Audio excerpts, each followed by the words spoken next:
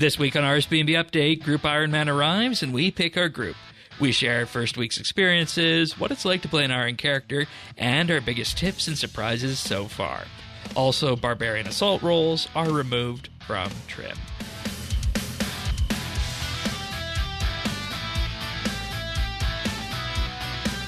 This is RSBANDB Update, episode 1010, recorded Thursday, October 31st, 2024. Ironing out RuneScape.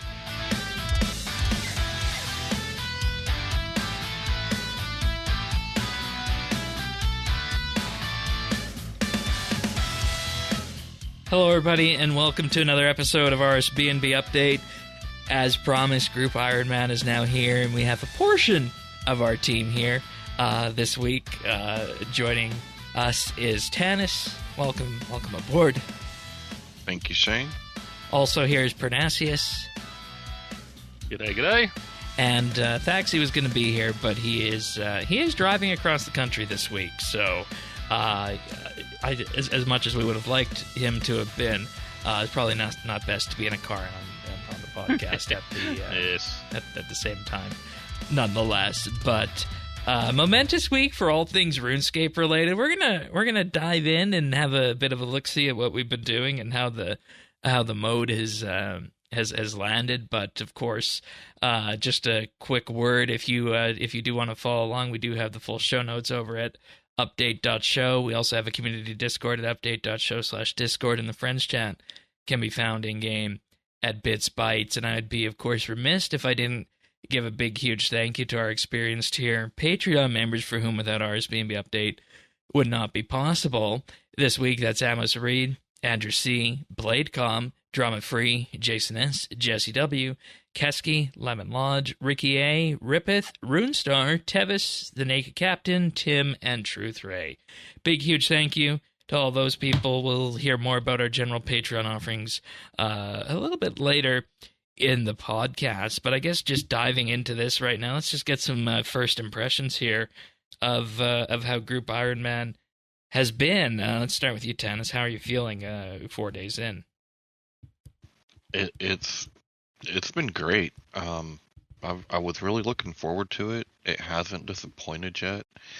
Yeah, I've really been having a good time. The whole added element of it's like I've never played Iron Man before, so that's been cool. But then to be able to kind of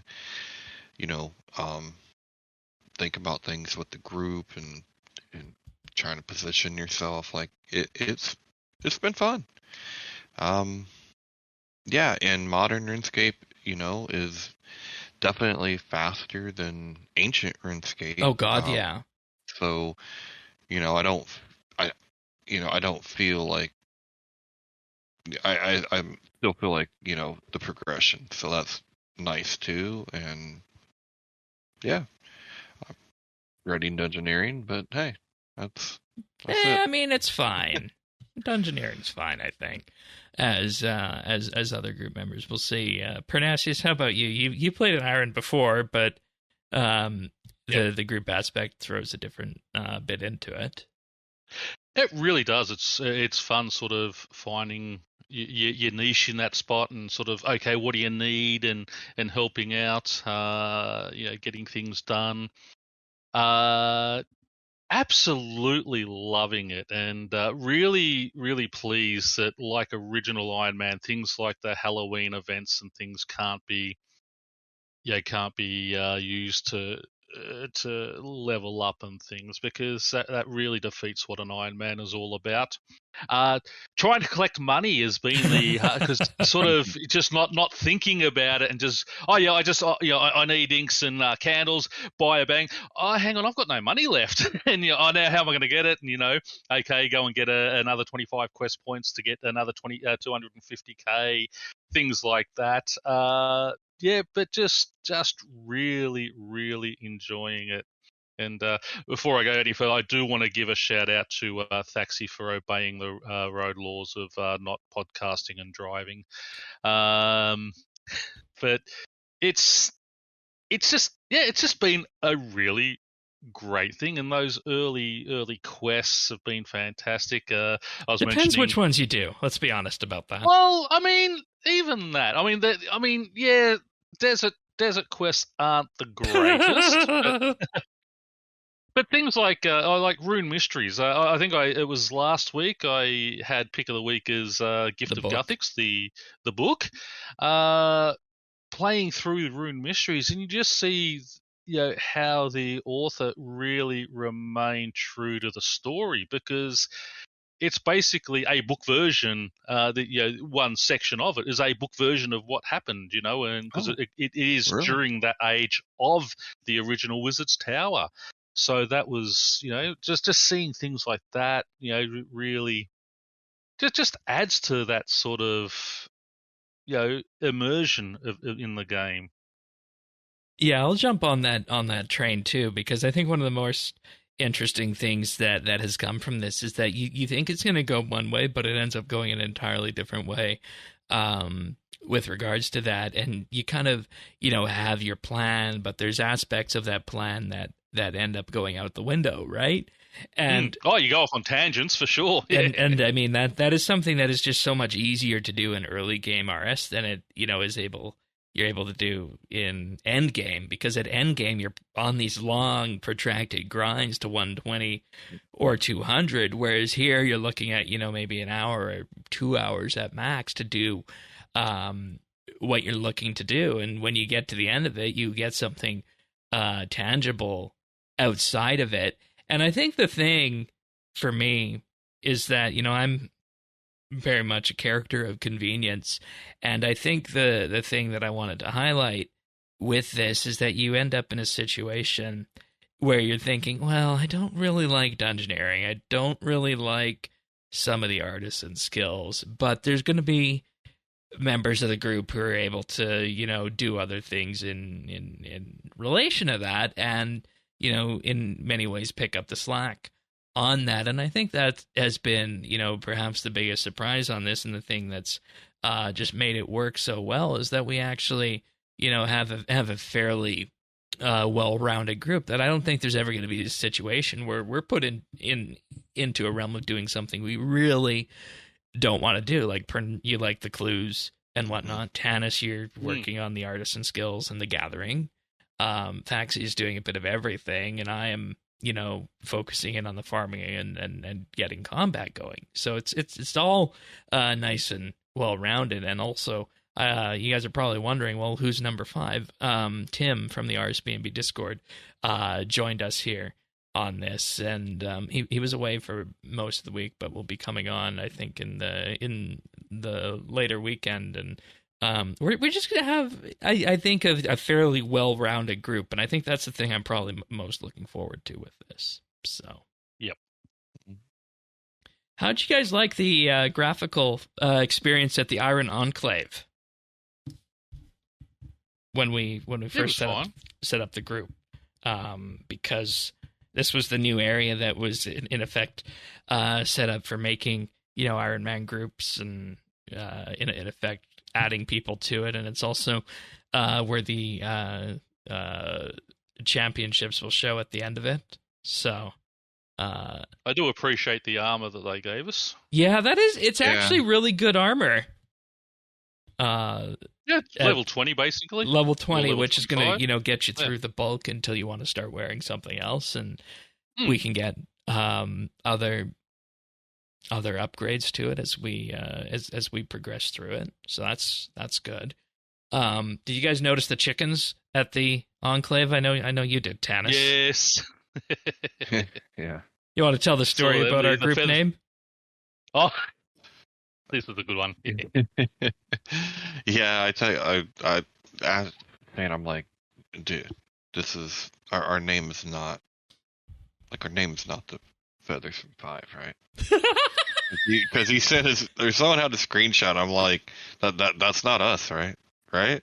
Like. But there's a group of chickens at the Iron Enclave that are in their own iron group called the Feathersome 5. And I said, that's actually a good idea. Maybe that should be our name.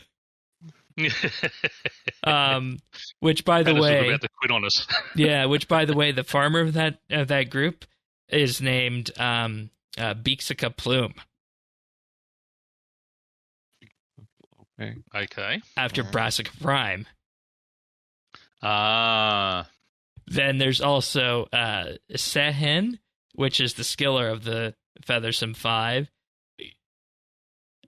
Guthegs is the leader of the Feathersome Five, and Zamopek is the combat expert of the Feathersome Five. And I'm trying to find the fifth chicken here. 3 are in the pen, and 1 is out. Maybe this one's the other one over here. But this is just, the typical, RuneScape examine info lore kind of stuff that we've come to love.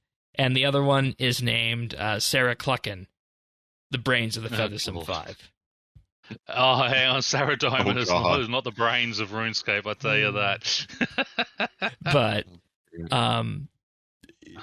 so effectively you go there, you create a group, and then you just right-click on people around there, and you can add them to the group. You have the 7-day period that you can add them after you create the group. And an interesting little tidbit, I don't know if anybody noticed this, but if you look at the Iron Enclave on the world map, it makes out the picture of the Iron Man helmet. Huh. Oh, that's cool. No, I was too busy freaking out like, oh, no, they didn't. I don't have to do Tutorial Island, right? No. Nope, you don't need to do Tutorial I've played Island. recently. Oh, yeah. You did click the Played Recently button, right? Yeah. That's why I was like, what the? Oh, man. For real? How many invites did you get when you first logged in? None. Yeah, okay. I had 3 or 4 people just clicking to invite me to their group. I'm going, yeah, dude, that's why I'm playing, because I've already made my group beforehand. So I'm guessing people had maybe 3 or 4 people and were just looking for, maybe a 4th or 5th. Mm-hmm. Did you guys also notice that the group Ironman tutor is named Iro? No, I didn't see that. Of course, fictional character from the Avatar series, but also Mod Iro, the art director that everybody absolutely loved. Oh, okay. I wonder which one they're named after. Is it the former J-Mod, or is it the character? That would be an interesting thing to know. But I don't know. It's just a great area with a fun environmental theme behind it. I just wanted to draw some attention to it there and showcase it a bit if you're not a Group Ironman character and you wanted to see what our first experience there looked like with that. So before we get too far down the path and into other things about our Ironman journeys this week, we do want to discuss a few of the patch notes that came out this week. And I think one of the biggest ones is that they removed the Master of Assault achievement from the trimmed comp cape. Removing things again. Okay. What does this achievement entail? It's a pain in the ass achievement, but it's about Barbarian Assault. Yeah. Yeah. Basically, as I understand it, the entire aspect behind removing it is to ensure that Iron characters, specifically Group Ironman characters, are able to get trim. And this is the achievement that requires you to get a max of rank 5 in all roles at Barbarian Assault. Which I have got without playing Barbarian Assault. Because you just buy them off the trader. Right, but we presumably couldn't do that as a... Yeah. Wait, we can get to the trader, can't we? Yeah, we can. I thought the fishing trader we could use. Yeah. Oh, really? Yeah, we can use the merchant. Okay.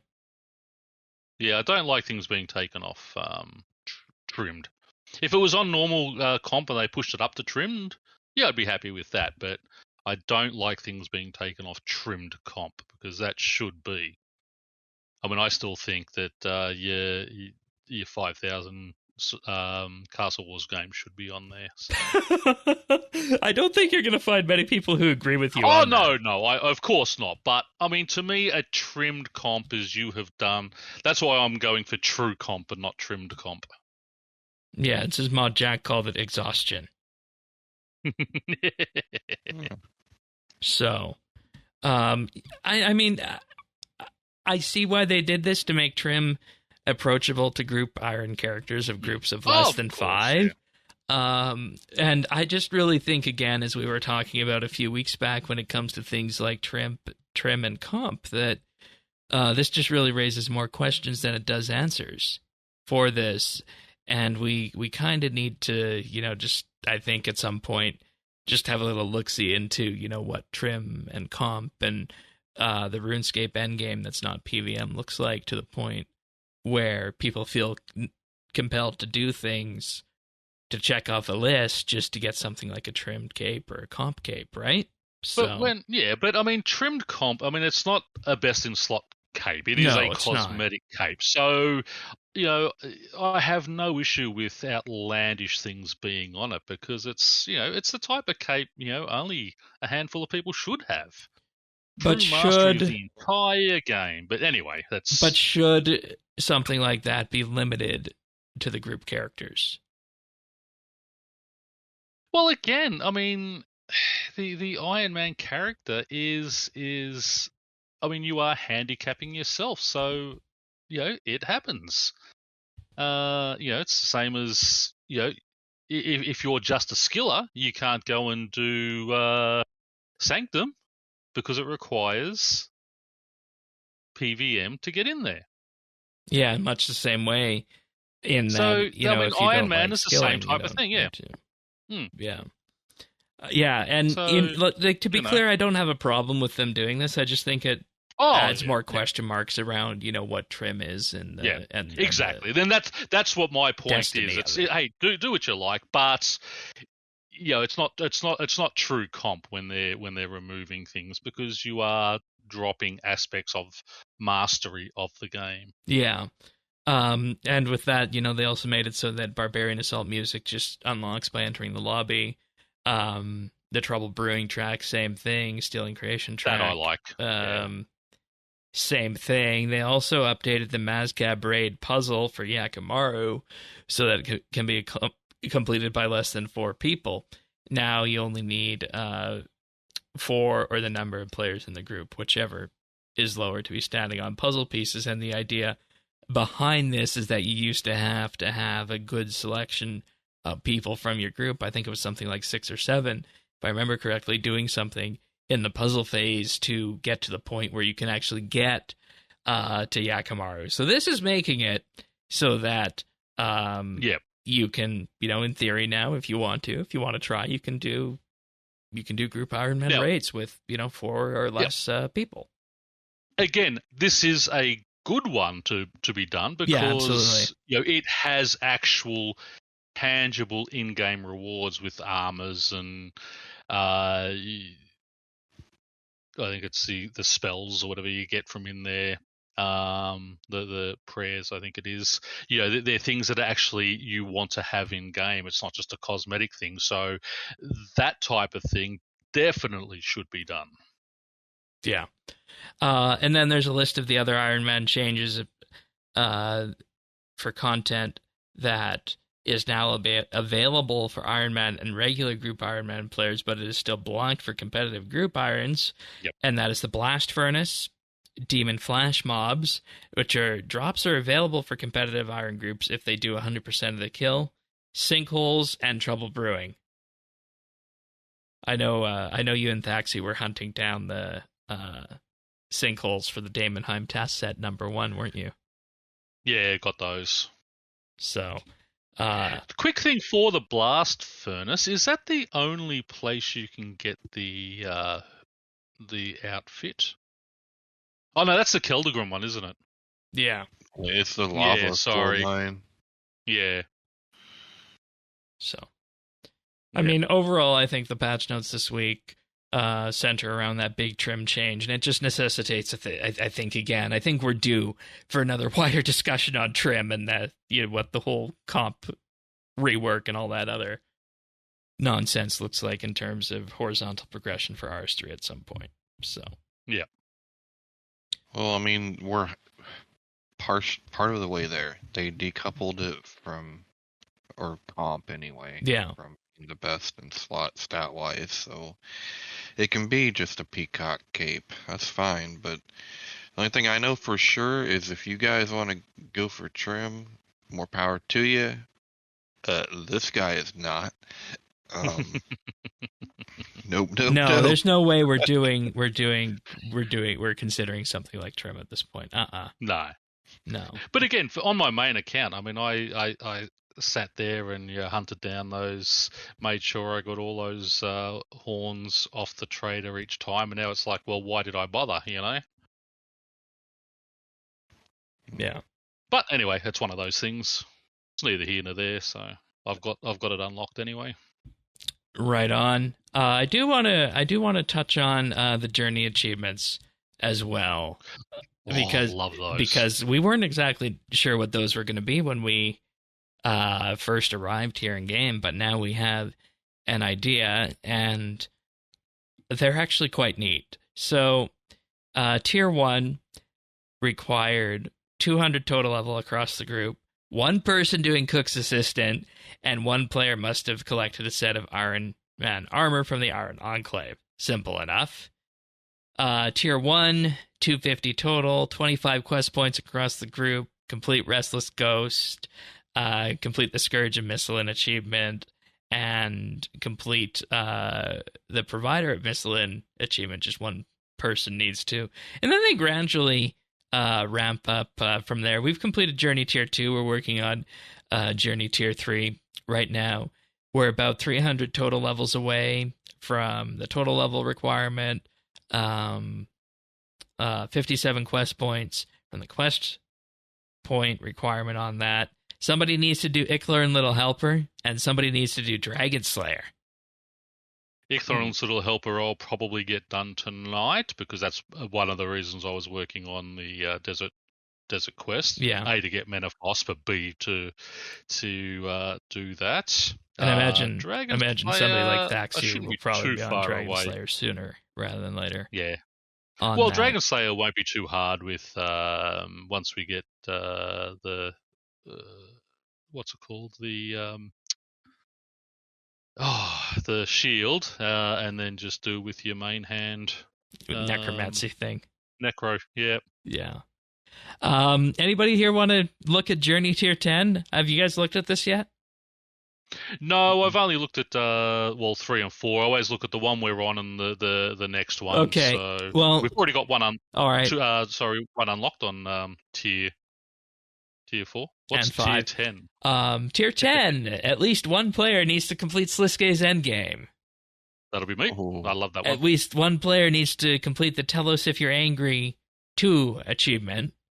That's you. Yep, that'll be me. One person needs to complete the Elite Fremennik task set. That'll be me or Thaxi. At least one player must complete the Master Provisions Officer achievement, which I don't know. I'm working on that. What that is. Yeah, it's. I made it level 5 or level 7. It's gather 20,000 resources from archaeology, fishing, yeah, mining, you'll have that before that'll be done. That'll be that. done. Yeah, that's not a hard one. That's just one that gets done as you progress. Yeah. So, I like these achievements in terms of what they provide. So, I think we need to see more of these sorts of achievements like that across the game. I don't necessarily know if that's a good thing or if people want that, but I like them. Well, I mean, technically, a lot of it's similar to what the achievements are, but I like that it's done in a tier. Okay, do tier, like achievements are just achievements. If you had tiered achievements, I like how they've done it that way. Yeah. So Tier 0 unlocks the Group Ironman armor.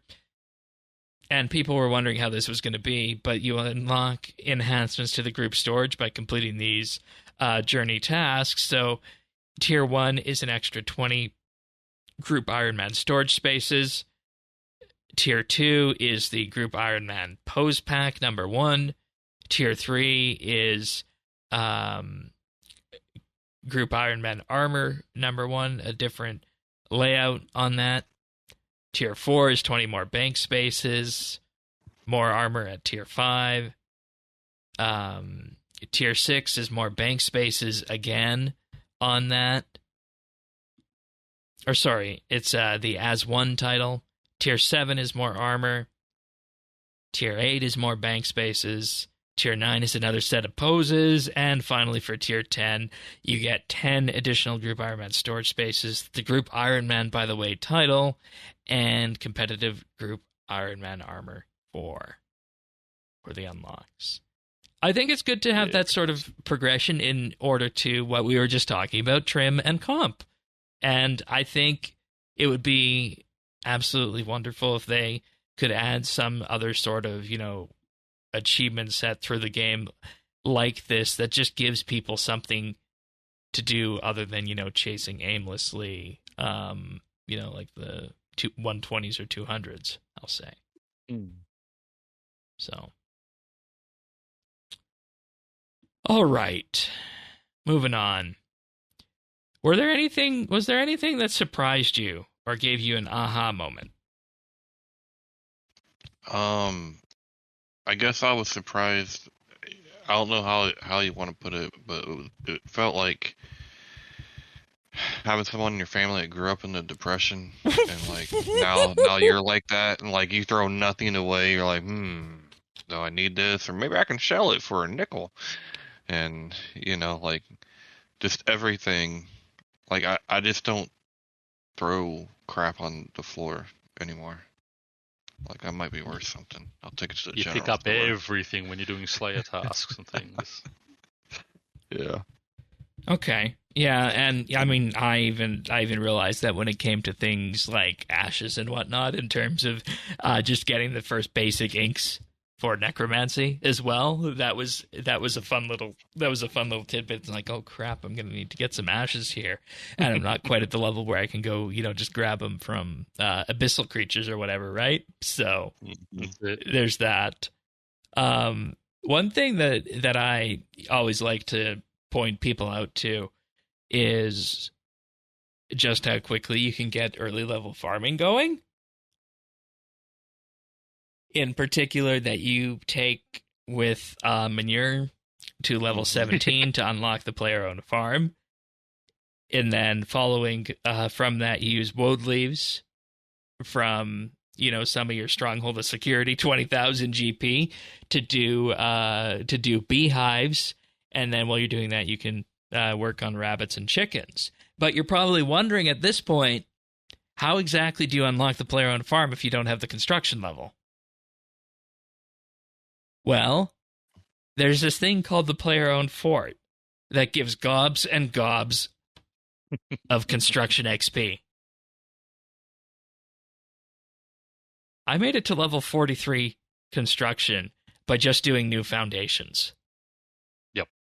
I was going to say, the quest and basically making gets you up everything, through that level. like making the one building and all the wall segments. That was 43 construction. It didn't have any construction requirements to start? Nope. Oh. The longest part was gathering the quest. logs and the limestone. Yeah. I'm gonna have to do some goddamn quest. It's something like 328 limestone bricks and I think it's around 80-ish logs, if I remember correctly, like normal logs that you process into planks and frames. Yeah, I don't really mind that stuff. I'm doing that anyway. Yeah. I'm just doing that kind of shit anyway. So. And I mean, if you once have you to start the quest, the sawmill opens anyway. Which gets you the planks without needing to spend the money on them, which is huge. Exactly. And I think we said that on the episode when farm came out, that this or the fort came out, that this was going to be huge for Ironman characters. But little did we know we'd be experiencing that a year and a half later. It would be, yeah. So, just a fun little tidbit to keep in mind, that if you are looking for early construction XP, just do new foundations, and completing the quest in itself will be enough to get you level 43. Yeah, this whole weekend's going to be just questing. Have fun. Have fun with, I think it was the diamond in the rough, where you had to cut those. This would be like the third time I had to do that one. And it's a bitch every time. But I sat there when I was doing it, I'm going, Jesus, how am I seeing the spa? I said, oh, Christ, I feel bad for Tannis on this one. Yeah, my thoughts were literally, poor Tannis. I gotta do that for Manifest. That's going to be my goal, is like to try to get the places open that I want. Yeah, because Manifest is, I think, a huge one, and I'm working on that right now. Because before the show, I did Stolen Hearts and Diamond in the Rough. They just got Jack of Trades, which is actually a pretty quick one. That's a nice, easy one, Jack of Trades. I also do have some of these other aha moments that Thaxi was able to provide, even though he's not here. Divination engrams and the echoes. You guys both experienced that on night 1. What was it, like level 1 to 12 divination from 1 engram at the Memory to Guthix? Yeah, see, I didn't think you were able to do it until you had level 10, so I didn't do it. So I just did to level 10, went and did the engram, and go, oh, hang on, I could have done this at the start. Yeah, that was nice. We've also been having questions about thieving as well, in terms of, things like the doors. And I have been told by Thieves, friend of the podcast, who is also doing his own group, that there is the gullible tourist in Menifos. No, we can talk about it. Of course. I mean, presumably you'll be done with it by the time this episode goes out, so it won't matter for you. But, something that I noticed with thieving, and I haven't started it yet, but I actually almost did it from a misclick. Oh, God. It's so thieving is so much better now. Like, being able to pickpocket like we can, I feel like no matter, like, I could just grind it out until I get to the garden, no matter what I'm doing. The garden? Gross. Right. But just doing those early desert quests get you level 10 thieving. Anyway. Yeah. And I mean, that's enough then to get to things like bakery and fruit too, which is also, useful at that point if you are still looking for early food in terms of cakes, though we have crayfish these days. I'm a fan of my vegetable stall for my player-owned farm animals. Yep. So that's sorted. We'll have fish for your chinchompas here soon enough. Oh yeah, are you gonna feed me too? Hell yeah. Yeah, I needed food. I almost needed food last night that was bigger than crayfish when I was doing Witch's House. Dude, I got all kinds of stuff I can put in there. I didn't know if you guys would need it yet. Oh, because your what's it called? Your armor's still level 20, and So what do you need that for? But I got level 40 armor, so exactly. So it was a little bit cumbersome doing Witch's House with like 2,300 life points, but I got it done in the end. Summoning at the beginning, once again, very time consuming. Then I don't think summoning is going to take off really for us until we unlock the Archglacier Zero mechanic. Yeah. Until we can kill that successfully. That's it. I mean, you don't need summoning early. No. I'm not sure you really need summoning.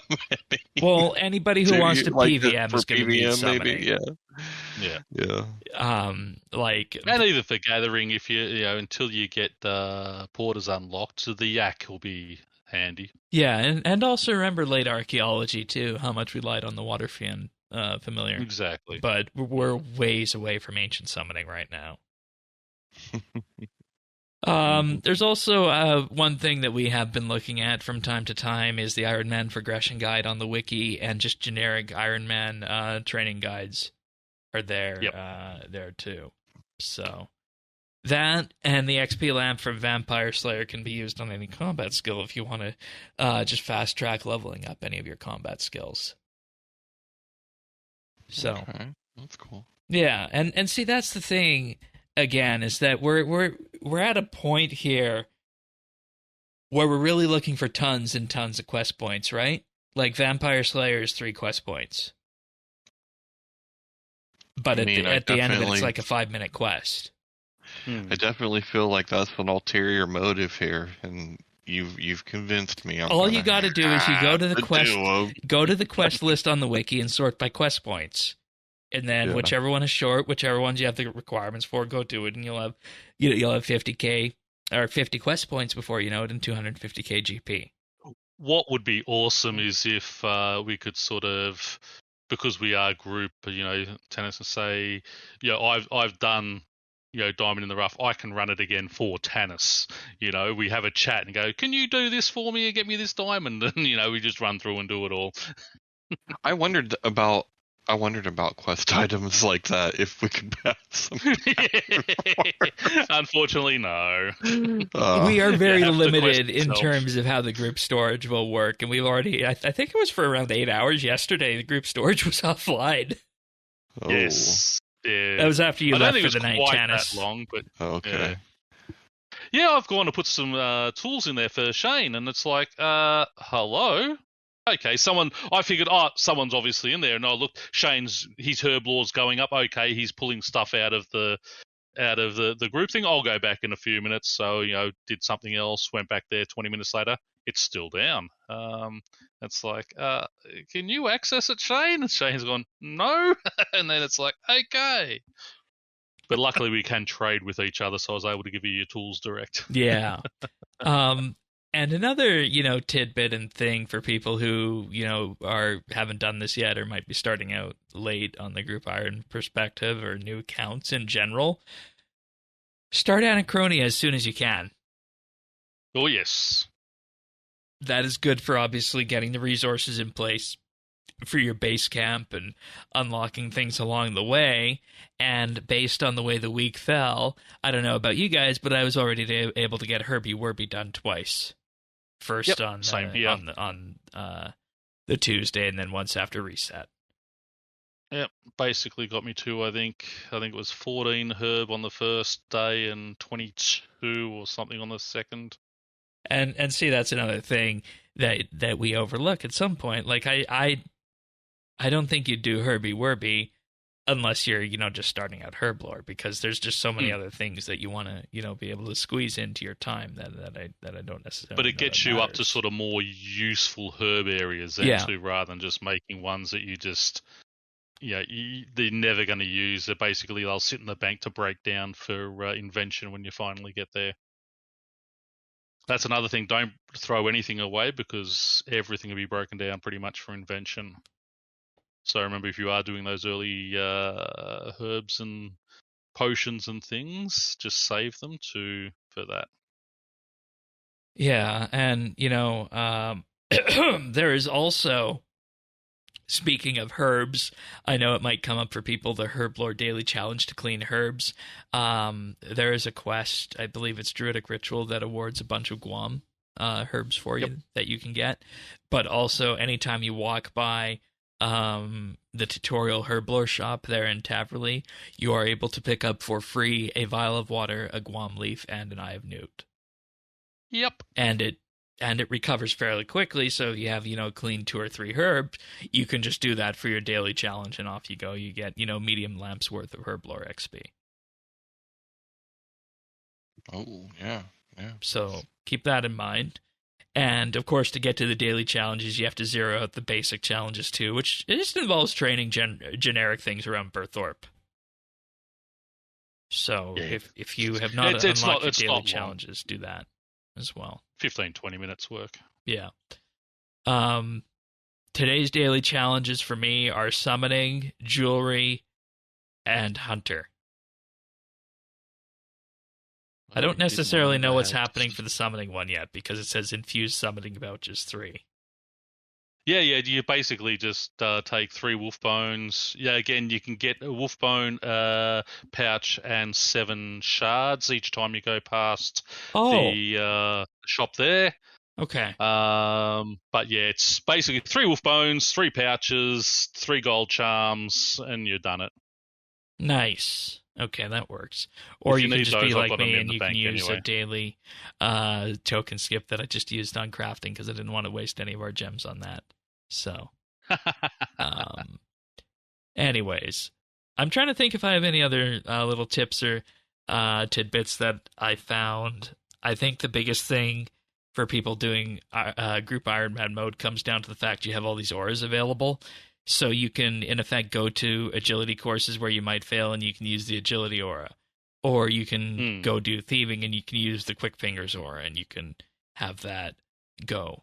And it's a top tier in all of them, too. Yeah, and see, that's the interesting thing here, especially when it comes to something like mining, is that we have Legendary Quarry Master just available for us. Yeah, actually, has anyone tested if we can use the Jack of Trades aura? We can. And that's actually where I was going to go next.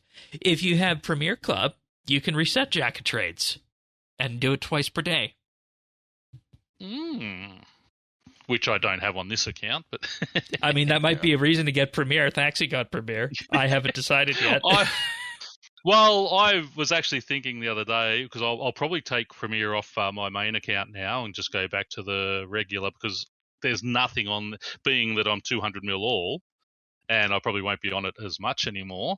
I will probably take Premier off that and just go back to regular because I'm back on a $7.99 a month thing if I go back. I think that was the way they were doing it. If you had Premier Club, if you go back, you'll go back to your grandfathered price. Yep. And then put Premier on this one. And we get used to the Premier artifact too. Oh, do we? Yeah. That's how you reset the aura. Of course, yeah. So, I mean, you could have the porter. Yeah. You could have the porter business early, too, with that. Just saying. So, little. Well, that's right. You get 50% porter on that. So, that's working around the margins on the on the Group Ironman stuff. I think just a bit. Just a bit. Yeah, I'm surprised that they allowed the artifact on competitive. Yeah.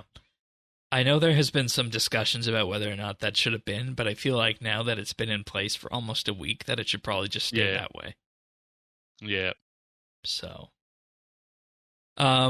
also, for anybody listening to this before the Harvest Hollow event goes away, you can go and you can get the Jack-o'-lantern pumpkin mask, except as an Iron character, you will if you're a ranked Group Ironman, you will not be able to get the passive benefits from it, aside from it being a light source. So, I mean, if you want it as a cosmetic or if you just want the light source, go and grab that and smash the pumpkin 250 times before it goes away on Monday. That's weird. You're allowed to use Premier Artifact, which gives a big bonus, but just having 4 candles lit you can't use? That seems... I honestly think the Premier Artifact crept through based on, you know, just how powerful that is with Jack of Trades and whatnot. Yeah. So, I mean, to me, it sort of, again, devalues what that Iron Man is, but, I mean, if people are going to be using it, it's like, well, it's part of it now, so... Yeah, and it's just as long as we don't get the events, XP off the Christmas and that's the other thing. As characters, we are able to go to Harvest Hollow. Like, if you wanted to, you could, you know, spend the weekend doing archaeology or prayer there and, you know, getting spooky tokens. But you wouldn't get any XP from it. Exactly. So... Which is perfect. You know, hey, you want to do that? That's fine. You go and do that. I don't mind that idea, but no XP is what I like. I mean, I was throwing away. I was getting so many candies. I was throwing them away, the clan confections, because I didn't think we'd have access to that. Oh yeah, so if you do the quest, you can take part in the event. Yeah. My issue is I don't have the GP to get the spooky costume yet. to do the Oh, quest. yeah, because you need a... Yeah. Which is like 5,000 GP, and I'm down to 7,700 right now. And you can't sell it back. Exactly.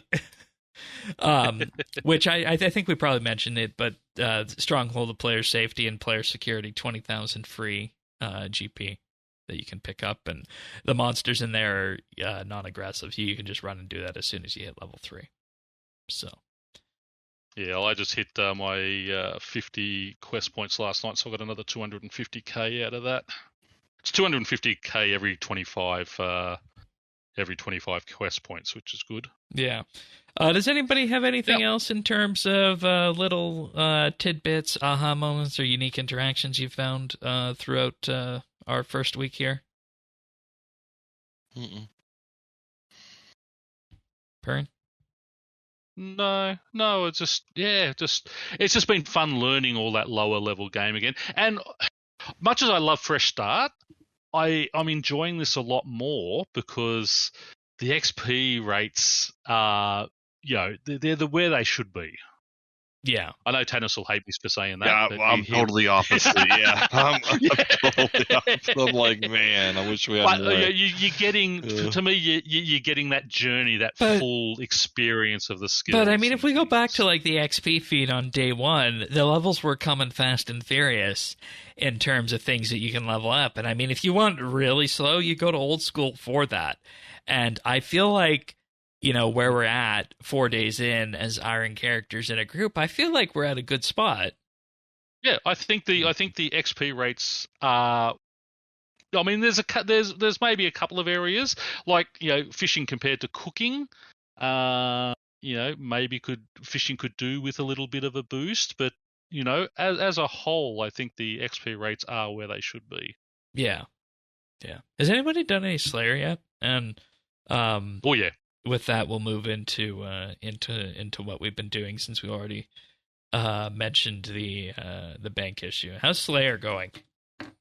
Yeah, good. I am at level 29. I'm starting to earn points now. I've got to go and do the smoking kills quest. I think it is. I've got to work towards that so I get the extra points. But I'm at Vanaka. It's again interesting because with weapon, I mean, what's it called? Necromancy makes it a lot easier, but we sort of turned off defense to level everything else up and sort of keep that. Does that matter though? Because I feel like our early dungeoneering stuff, if it was going to be done, would have been done this week. Which Faxi did. You might have done a bit, but I wasn't. I unlocked it all. I got to. Well, actually, I'm at 22 dungeoneering because I opened up. I had 15, and I opened up the resource dungeon for the mining to get down there, and it gave me another 7 levels. But so I turned defense back on because you need defense for your armor. Yeah, with necromancy at least. Exactly. So I'm, so I can wear my level 40. I'm at 35 defense at the moment, so I've got the level 30 armor, but I need to get that up so I can do get level 40 and sort of get that going. And once I hit level 40 armor, I'll be pretty right with just about everything Vanaka gives. I'm still needing to eat at some of his tasks. But overall, it's a lot of fun. Do you have Blood Siphon unlocked yet? Sorry? Blood Siphon, the necromancy ability? Yep, got that. I want to go and do the Tusker event to get sacrifice as well. But that overall, I mean, those really early, that and Devotion, Yeah. Those really early level Slayer tasks off Spuria, I mean, they were painful because it's like you spend 30 seconds killing, and you spend more time running backwards and forwards between the Slayer dungeon than you do actually killing the things.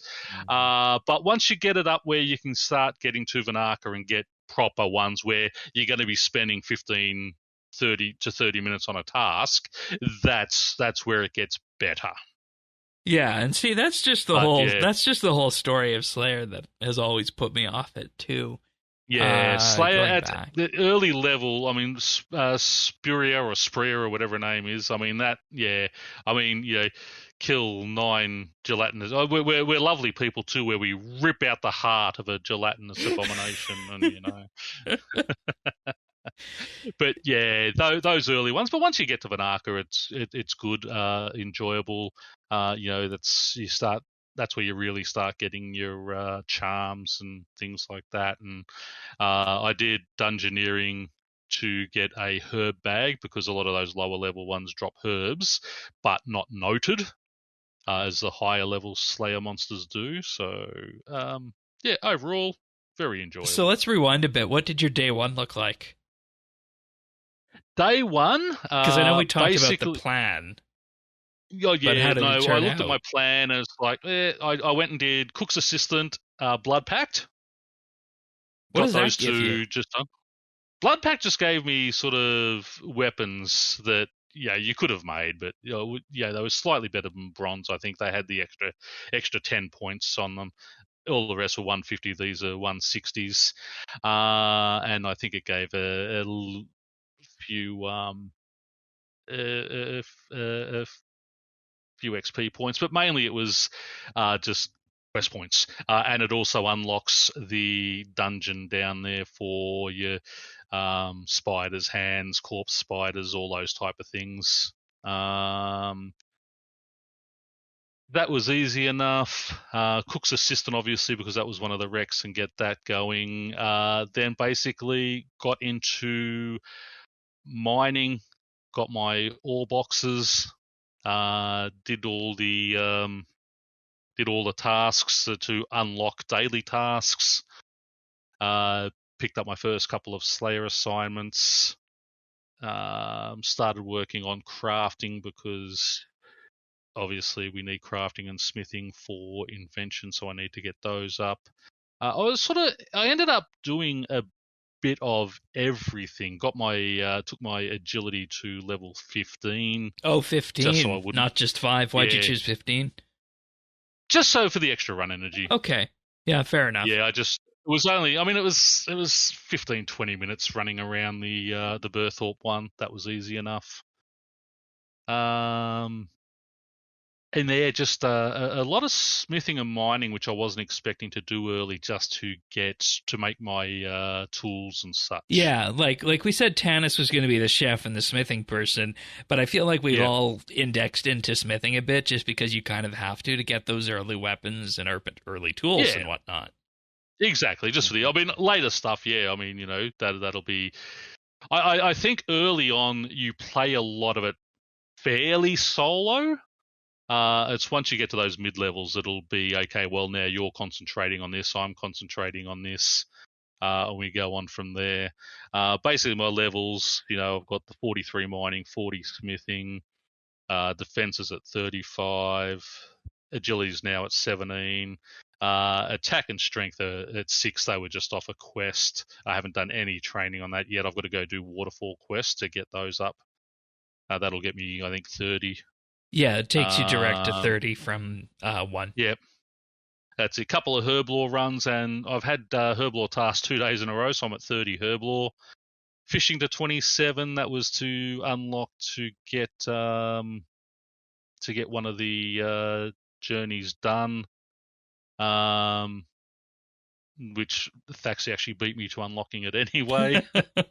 Range got to 14. Thieving 10, which was just off the couple of quests, desert quests. Cooking at 24, I was just cooking the fish as I was food that you would it. need to kill the things in the quests. That's it. And then I ended up saying, oh, bugger this, so I just banked all the fish and gave those to you yesterday. I got 18 prayer, which basically... Where'd that come from? I don't know. I think that's come from quests. Really don't know where the prayer... Oh, I did have a prayer daily where I had to bury 5 bones. Oh, okay. That would do it, and then the lamp on top of it. Yeah. 35 crafting, obviously working on that. I was mining a lot of silver and just making silver bars to get that up. Just making tiaras. 6 on the fire making. Again, that's basically just come from lighting wood to cook the fish that I was catching. 35 magics has been training. Sort of that was my sort of training method until I sort of did the necromancy stuff and started getting that up. Doing that because I want to get 55 to unlock High Elk. Fletching haven't touched, still on 1. Wood cutting at 26. Which, I hear me out on this. I don't think fletching is going to come into the picture until we get the 110 wood cutting and fletching update. Pretty much. I can't see any use for fletching really for myself. Because I don't think any of us want ranged off the bat, do we? No. Well, there's range is, I mean, yeah. I love me a bow and arrow, but there's nothing really I need it for. Yeah. Just hit 50 rune crafting. I'm chasing 54 at the rune span so I can unlock lore runes and start getting tally tabs made. Our highest group level is 136 smithing. When you combine them all together, it's 136. Oh, that's cool. For smithing. Huh. Yeah, that doesn't surprise me because early smithing is needed for a lot of things. Yeah.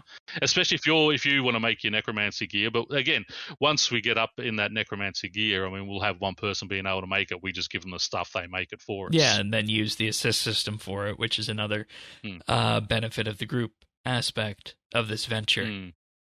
I'm going to thank some Patreon supporters, and we'll do some more of this on there because I have a question for you that we can pivot into mine after that. But this week I want to thank Alvaro L, Amos Reed, Andrew C, Arvids L, Bladecom, Brayton K, Chilbura, Dominic R, Drama Free, Duramax, Guy Lafleur, Hair A, Iskatu, Jade Gizmo, Jason S, Jesse W, Kesky, Lemon Lodge, Luminos, Mongrath, Parnassius, Ricky A, Rippeth, Robbie D, Runestar, Samuel FL, Scott DS, Shirt Pants, Tabby, Targine, Tevis, The Naked Captain, The Dabbing Goat, Tim, Truth Ray, Ukulele Steve, Woody, Zant, and Zazakon. Big, huge thank you, everybody out there, for your support. It truly means the world to us. You can check us out over at patreon.com/RSBANDB. Next week, coming to you, we have a monthly bit on skilling offhands. The question being, should skilling offhands augment training methods that we have in-game, or should they add a new training method like we saw with the Runic Attuner with the Gate of Eladinus drop? So we're going to do a deep dive into skilling offhands next month and specifically go deep on that one singular question. So if you want to get that when it arrives, just head on over to patreon.com/RSBNB and sign up for any of the plans. Plans starting for as little as $1 a month, and that gets you the entire back catalog now of 75 plus monthly bits. Also gets you the ability to vote on the monthly bit topics and attend our monthly roundtables. We also have the VIP tier where for $3 a month you'll get a VIP rank on Discord, a chat channel, mentioned on the podcast at the start of the month, and access to high-quality stereo versions of the show. And if you want to give the ultimate gift, we do have our Insider tier for $5 a month, where you get a shout-out on the podcast each and every week, and you gain exclusive access to the outtakes that we use to make the clip show at the end of the year. And that also includes the RSBNB Update Christmas card. With that being said, big, huge thank you to our Patreon supporters. You mean the world to us. Patreon.com/RSBNB. Thanks. Thank you all. All right, so I said I had a question for you. Underworld task set. I did that one, and that's actually something I targeted as soon as I got the initial Necromancy, Killy Row, and Rune Mythos quest done. Yep. I was going to say that is probably the best thing you could go for early game is getting the book unlocked. Auto banks bones and ashes, sends your bones to your focus and ashes to your actual bank. And great if you got Slayer, everything pretty much drops bones. You're going to need those bones for training necromancy. You're going to need them, for prayer if you want to do raise your prayer a bit. If you're killing the wolves, the wolf bones for early summoning. So yeah, definitely get that one unlocked. And it's not too bad of a one to get either, because you do most of it by just doing a few rituals, the necromancy tutorial, and the rune mythos and Killy Row quest, because one involves crafting runes, another involves upgrading a piece of the armor to tier 20, and everything else is basically able to be done just very early on with necromancy. You'll bang that one out with no problem there. So I don't think we anticipated when this came out how big of a boon this would be to an Iron Man type character. Yeah, really big. Because I'm not a task set person, but I specifically made it a point to go and do this. Yep. And you're going to want to get number 2 as soon as you can, because that upgrades it to baby dragon bones and wyvern bones. But then we're looking at things like 32 Slayer, 45 crafting or smithing, and again, 50 necromancy. The things that drop those are higher level as well. So it's not an immediate concern. It's bones and big bones. So, even you do your troll, not your trolls, your ogres, which drop big bones and things like that. It's really useful for that lower level. Yeah. Any other task sets for you? I did the Lumbridge ones for coins. Lumbridge beginner and easy. Don't forget, every time you do a task, Explorer Jack has money for you. Which is something I think that we kind of look over when we're just doing task sets regularly. But again, Iron Man, big deal, at least early on here. Yeah. Well, I remember him from when because I had to collect something off him for a task set after I'd done all the tasks and never sort of spoke to him again, and I got over 2.5 million coins off him. That was on my main account, but it's like. But now they give the GP out as you do the task, don't they? Only if you go and you've got to go and talk to him to get the GP. Oh, okay. So he holds that GP for you. Okay. So when you upgrade your ring, each time you upgrade your ring, just ask him has he got any other rewards, and he gives you a bunch of stuff, including money. Which is amazing when you think about it, because it's not just the Lumbridge tasks; it's all the tasks that they track GP Every for. task, yeah. So, yep. Yeah, another task that we've got to work on is the RD one, because the RD3 cloak for thieving will be really handy too, and for farming. Yeah. My day one, on the other hand, was a bit slower than I was anticipating, but as I've mentioned through various points here on the show, one of the first things I did upon reaching the mainland was I did the Anachronia unlock, because I feel like that had to be done. Yep. Anachronia is the first. Yeah, went and did that straight away. I can't underscore how much that put me back on fresh start. Granted, we're not necessarily racing for, top on the farming tables here, but it was very important back for that. So I can't underscore how important Anachronia is just in general. I also did Cook's Assistant. I mentioned the new foundations all the way to 43 construction, which is a big one. It's just wild to me how fast this is, given that when construction came out in 2006, this was the money sink skill. Yeah. Just thinking about it, construction's probably going to be your fastest one to unlock ports rather than hunter. Although you still have to collect all the wood too. So if you cut wood, yeah, and you make the planks for all the fort buildings, if you do that, yes on that. Which, I mean, in theory, you could probably also go for untrimmed construction with this if you wanted to. I don't know why you'd want to do that, but you could. I have an account with that. You have an account with untrimmed construction? Yeah, Junior. From before the fort, obviously, yeah? Yeah, before the fort. Okay, fair enough. That's a different kind of achievement then.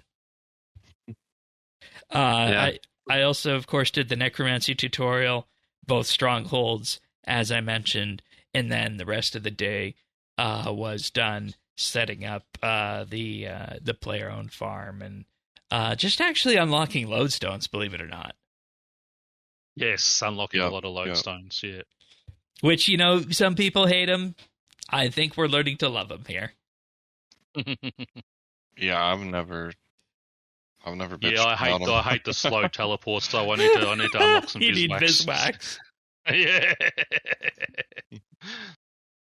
I never realized just how slow the slow teleport was. Also, just a fun hack on that, something Thaxy showed us, is that if you just go poke the level 1 wisps outside Draenor there, you'll get your first 25 memory fragments, and then you can use that to teleport to the Gothic Shrine far out west there. And then from that, you don't need to run through White Wolf Mountain. You can just unlock Eagle's Peak, Gardoyan, and all the other lodestones on that side of White Wolf Mountain. Yep. Mm-hmm. Or do what I did, where I went to Edgeville for Ardoin. I went to Edgeville, pulled the lever again, because when you pull it a second time, when you pull it out in the wilderness, it takes you to Ardoin. Then you just run out and unlock the lodestone. That's what I did to unlock my farm, to go and just sit there for the farm and sit there for 17. And I guess you can do that now, no problem, with the wilderness being safe. Exactly. Yeah, it was like, I'm sitting there going, oh no, what am I worried about? So I'm leaning forward, ready just to click straight on it again, and then remembered, I don't have to worry about that anymore. But it's not old school. Yeah. Okay. Yes, it's not the private server game, it's the real game. Literally private servers in this day and age with Project Sidaris, but that was last week on the OSRS update. And speaking of, just early things that happened, I found the one unsafe lodestone in the game, and I wound up dead at Edgeville Lodestone. Oh, that was funny, sorry. Mm-hmm. Because I hit the teleport button to Edgeville, because I figured, yeah, it's a lodestone, I'll be safe. And I went upstairs to go do something or check something, right? And then I come back, and I'm in Death's office. Well, I do that. I teleport and go, it takes so long, I'm just going to go flick the kettle on. So you flick the kettle on, come back, and I teleported that, and I'm going, hang on, what am I getting hit for? Because I couldn't actually see him when I come in. Except you survived. Yeah, I thought, hang on, and then I realised what was happening. I ran to the bank. I only got hit 2 or 3 times, but it's like it's a mugger that's aggressive there. I think it's like the level 12 one or something. At least you got to unlock the drain or lodestone easy that way. Yeah, that's true. Just walk straight out of Death's office to the lodestone. One thing a bunch of us forgot until later on day 1 was to do the archaeology tutorial for the extra 500 life points. Yes. Mm-hmm.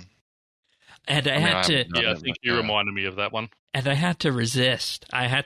Continuing on the excavations at Caradet just because of how that skill is. Mm-hmm. I did archaeology to 20 so I could unlock the not the Santistan, the infernal area, to make it easy to teleport to forts until I got that lodestone made. Yeah, that's good. And what I also did is I did the archaeology and necromancy tutorials back to back. Okay. That would have taken a bit of time. No, it didn't. While you're doing it. It was the weirdest experience. And I'm still trying to figure out if it was, because it was, the thing for the pandemic and we, loved it, or if they really did, strike lightning with that one. I'm leaning to that they really did strike lightning with that one, and it would have been good, even without the pandemic. But I did the 2 tutorials back to back, and the archaeology tutorial just has so much more wayfinding and so much more explanation in it than the necromancy one. Yeah. Like, I found it absurd that they don't mention the alteration glyphs until, level 30 necromancy when you unlock them. That makes sense.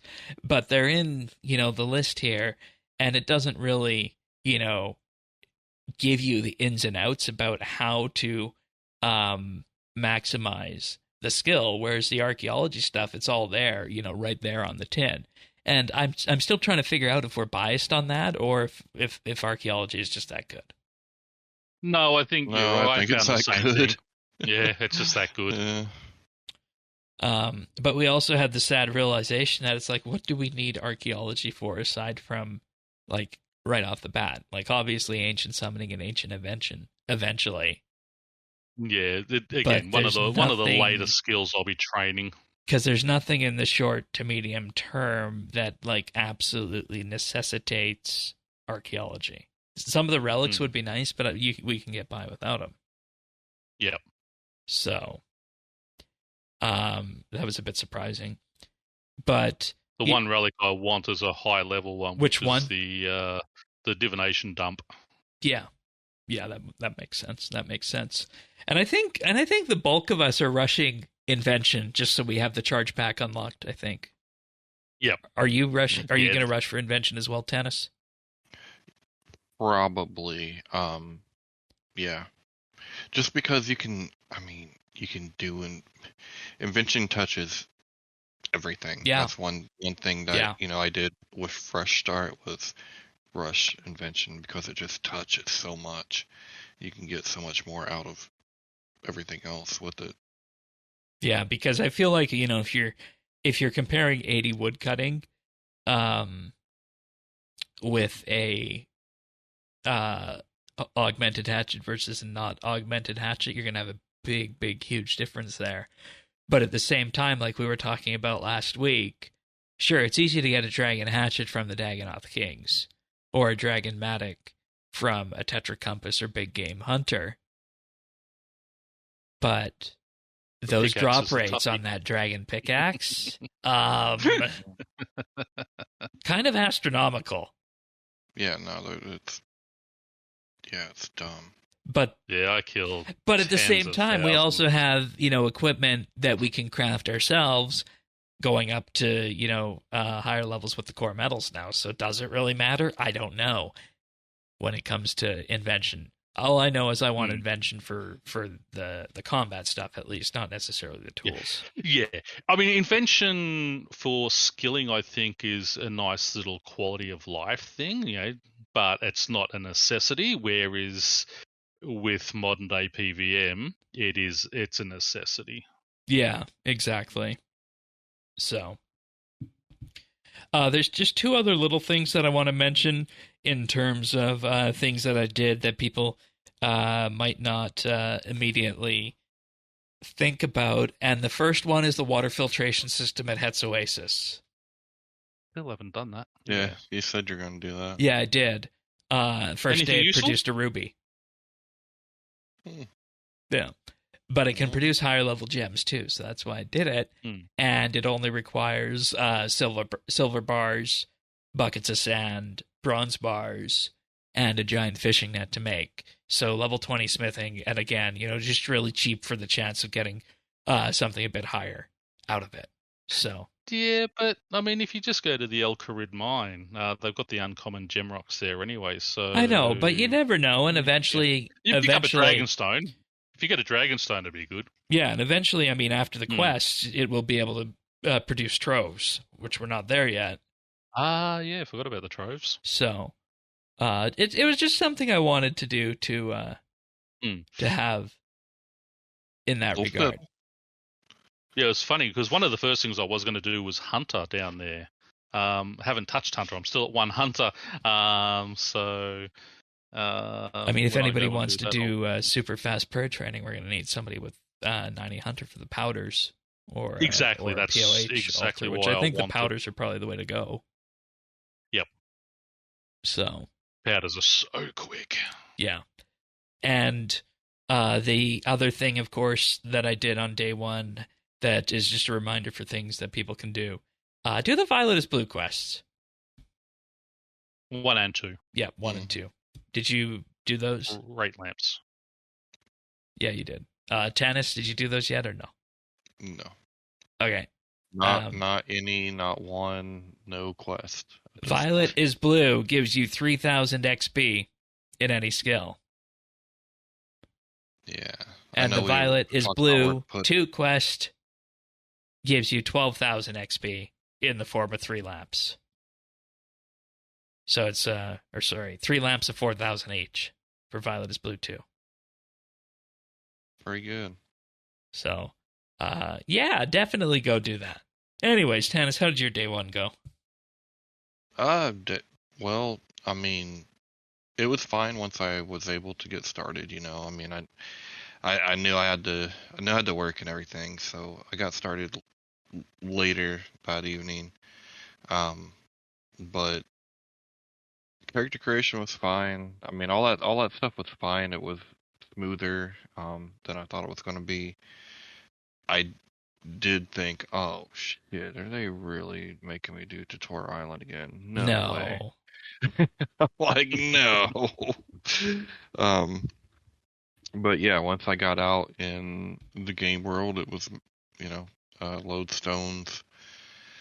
Still have a few I can unlock, but I unlocked the ones that I need. Yeah. I think the only ones I haven't done are Ashdale and Uglog and the Deep Desert one and Wilderness. Yeah. And then I really just kind of jumped straight into it. Just divination, little mining, and fishing and cooking.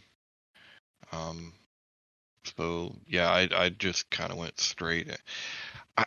I want to do a bunch of different stuff, but at the same time, like, I feel like I'll do that, but I got to get some food on the table first. Yeah. Because I'm the chef, so I'm getting some food on the table, and then I'll do some other stuff once I get that. Yeah. Pern, I got you that Dragonstone. Oh, from the filtration system. Yeah. Nice. That's funny that That's the RNGesus listening to us. Mm-hmm. So we'll just bank that, and there's the 3 days worth of loot there. One ruby, one hollyhock, and one dragonstone. Sorry to interrupt you, Tanis. No, one thing to remember. Sorry, again, just to remember. You said didn't do Ashdale. Do the Ashdale quest to unlock Agaroth for the extra XP each week too. Right. I have segmented Ashdale away in my head as something that was very early on that I never needed on my main, but I guess we do kind of exactly. need it here. Yeah. Well, not needed, but nice bonus. Yeah. What about the rest of your day one, Tanis? I mean, that was pretty much it. It was, I'm kind of the person to just jump in it without the manual kind of stuff, right? Like, and I knew I was just gonna be grinding skills anyway, so that's what I've done so far is highest score or highest skill fishing, just grinding that, and cooking behind that, then mining and sorry, mining and smithing. I am holding on smithing just for a minute. I got enough material to, keep it up there with mining, but I'm gonna do that night sword before. Yeah, that gets you. That's another tip. Many damn early that took me to level 32 from 15. Yeah, and then it's a quick quest. We already have the red berry pie in the bank for that. Thank you, which was cool. Yeah. So I think this weekend is going to be a lot of the early quest. I mean, stuff that I'm going to have to do that I just don't want to do, but right now I'm pushing. Yeah. I'm pushing. Yeah, and I mean, we're going to need all that food eventually, so why not, right? Right. So that's a quick look at what we've been up to here for the week here with our RSBANDB group, Ironman group. It is unironically called RSBANDB, so you can look us up on the high scores. Presently, we're total level 2200, and if we look us up and we actually search for our name here on the list, we are ranked 690 right now on the Group Ironman tables. Got to get into that under 500. Yeah, and I actually just wanted to do a quick math exercise here with you guys in terms of like how many people are actually playing this, right? So let's do this. A lot more than I thought. Yeah, so we have 1,072 5-man groups. Okay? Ranked. Yep. In competitive. We have 605 4-man groups. And this is the benefit of macOS doing math off the bat here. And then if we look at the 3-player groups, how many of those do we have? And it's interesting because you don't think you could play Group Ironman with 2 players, but you could absolutely do that. We have 699 3-person groups. And for the number of 2-people groups that we have, I'm betting this will be the lowest. We have 964. I was going to say 2-man would probably be more popular. I thought it would be lowest. 3 and 4. I thought you'd either be 2 or 5. I was actually almost in a 2-man group as well. What? Almost? It had a friend who she moved over to old school years ago, and she was coming back for this. Then contacted me last week. She's been rushed to hospital, so she's not doing it now. But yeah, I was going to be playing 2 accounts. Oh boy! So we have 11,805 people playing competitive. Oh, that's pretty good. That good. have at least made the account and gone on to the Enclave. Now, if we look at regular Group Ironman here, as an example, the non-competitive version, we only have 560 5-man groups there. Yeah, they probably. Because you might as well. Because I feel like competitive is probably where you want to be, just for the high score stuff. 532 and there's 122,000 people online, which I haven't sort of seen it over that 110 mark at this time of the day. I'm not going to look at the player numbers until a week and a bit in to see if there's any meaningful change there on that. Yeah, well, I always look it up early and then see how many drop off. Yeah, okay, that's fair. And then 2-man unranked groups, we have a grand total of the high scores not wanting to work. Interesting. Maybe it'll work now. Yeah, we have 1,140 of those. Interesting. What do you think is going on there? That'll just be regular Ironmen who have joined up together. So I guess a couple of mates who've had an account and just go, hey, let's just do it together now, Yeah, and see, that's the thing. We didn't want that kind of watered down feature there. So, no, for me it was either do the competitive one where we're all fresh accounts, or don't do it at all. Yeah, so we got 9,352 unranked and 11,805 ranked, which is 21,157 total people involved in Group Ironman. Yeah, that's more than. I wonder how many people are still playing their regular accounts at the moment. And that's the big question on this is how many people are playing regular account plus this, and how many of these are members, and then based off of that, you can say how big of a drop in the bucket is this compared to the daily average subscribed user counts, which we only know the end of 2022's numbers because of the financial reports, but I think it was something like they had 1.1 million daily subscribed users. So in the grand scheme of things, maybe this is a drop in the bucket, maybe not, but it definitely does have the effect of adding more new accounts to it probably at the end of the year, for the end of the quarter. So, well, that's it. I mean, they're getting an extra sort of membership out of me, so technically I'm sort of paying 2 memberships, so I'm 2 people now. Yeah. Well, and they're locking it in too, because you can only you can only do a month or 6 months. Oh, yeah, that was another thing. We were wondering where the 3 was, and it's only 1, 6, or 12 now. Yeah, I went to sign up for the 3. Okay, hang on. Yeah. There used to be a 3-month, didn't there? And I was so confused. But yeah, it's 1, 6, or 12. That's like, well, you get the artifact of 6 months from you? Damn it.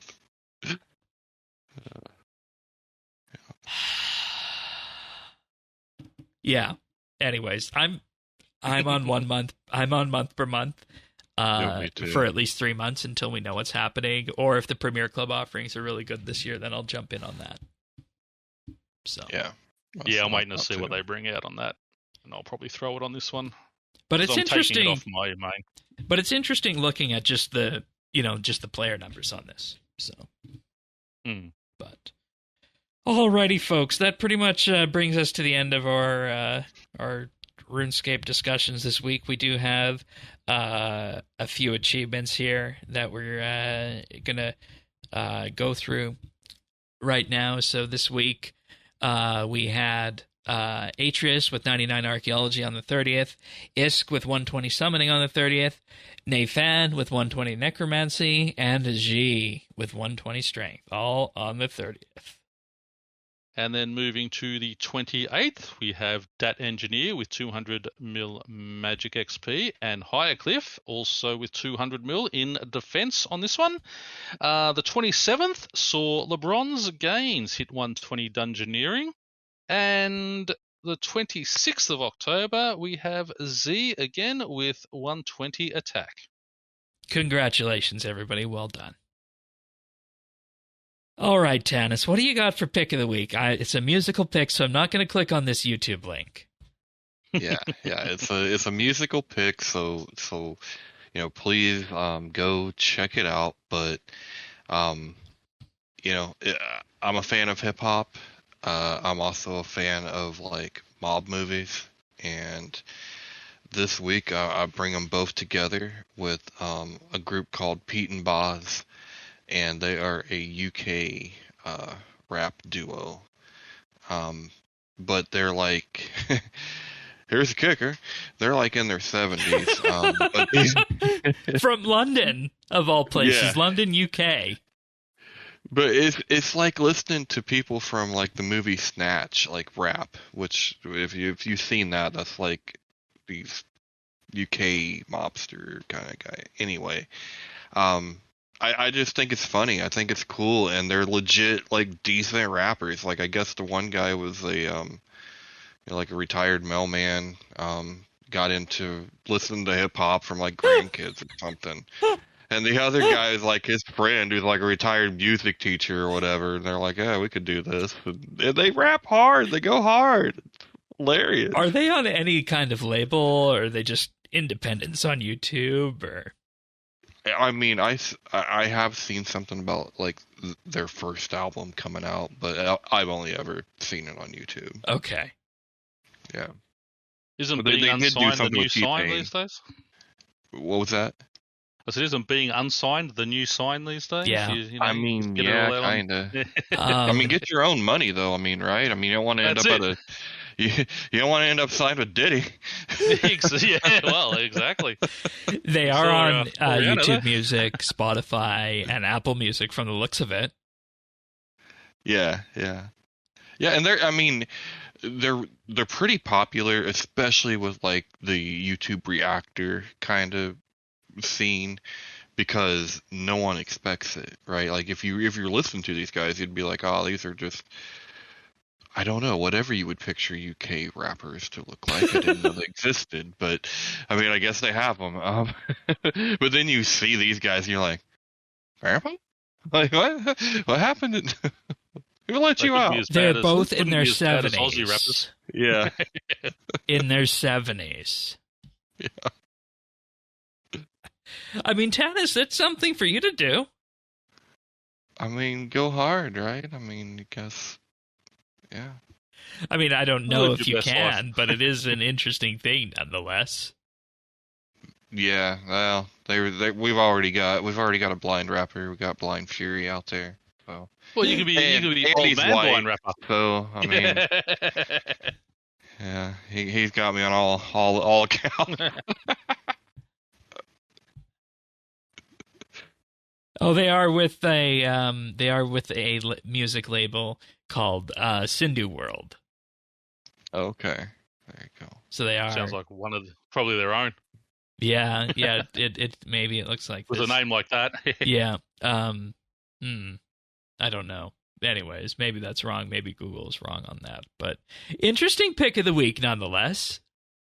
Yeah, check them out. They got some good stuff. I think their newest song is they got T-Pain on it. So, yeah, there's some up and comers, some young up and comers. Right on. Alrighty, well, that pretty much brings us to the end of the show this week. Thank you, everybody, for being here. It means the world to us that you like listening to this. If you want the podcast delivered to you automatically each and every week, all you need to do is subscribe.